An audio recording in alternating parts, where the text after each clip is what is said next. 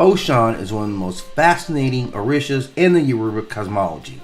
And from a psychological standpoint, she's a figure that embodies the complexities of human psychology and cultural memory in a lot of ways. She is seen as the embodiment of love, beauty, fertility, and sensuality. So she represents love, but not just sexual love, but the life-affirming energy that binds communities, attracts abundance, and creates continuity. She embodies the human desire for intimacy, belonging, and pleasure. And to repress Oshun in the psyche is to repress the very forces of creativity and desire.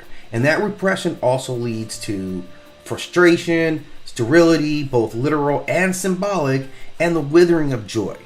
And of course, like every other architect, she has a shadow side, the darker side. And this emerges as vanity, manipulation, or indulgence. Her gifts of attraction and charm can slide into narcissism or exploitation when they're unbalanced. And stories in the Yoruba tradition show her as both benevolent and as a figure who demands respect. And if she's slighted, she can withhold waters, and then famine follows. So psychologically, this illustrates how ignoring one's emotional life or undervaluing female principles can manifest in collective or personal drought, so to speak. She also plays a role as the healer, and in the mind, she represents a soothing balm of emotional healing. Her rivers cleanse and refresh, but she also reminds us of the importance of flow. So psychologically, she represents the ability to process trauma through expression, creativity, and forgiveness. To align with Oshun is to embrace vulnerability.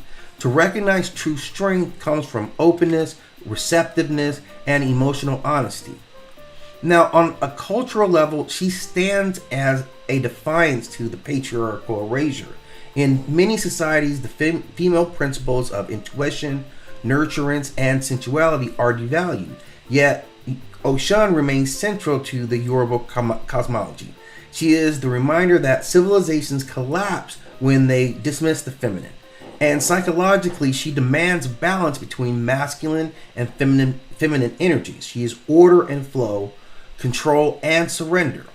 In modern manifestation, she resonates with the idea of self-love and authenticity.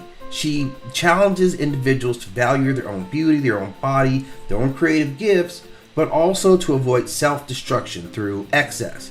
And from the diasporic community, she serves as a symbol of resilience, the ability to maintain sweetness and joy even after a cultural rupture, like through colonization. And this kind of endurance is a deeply psychological survival mechanism. It is purely joy as rebellion.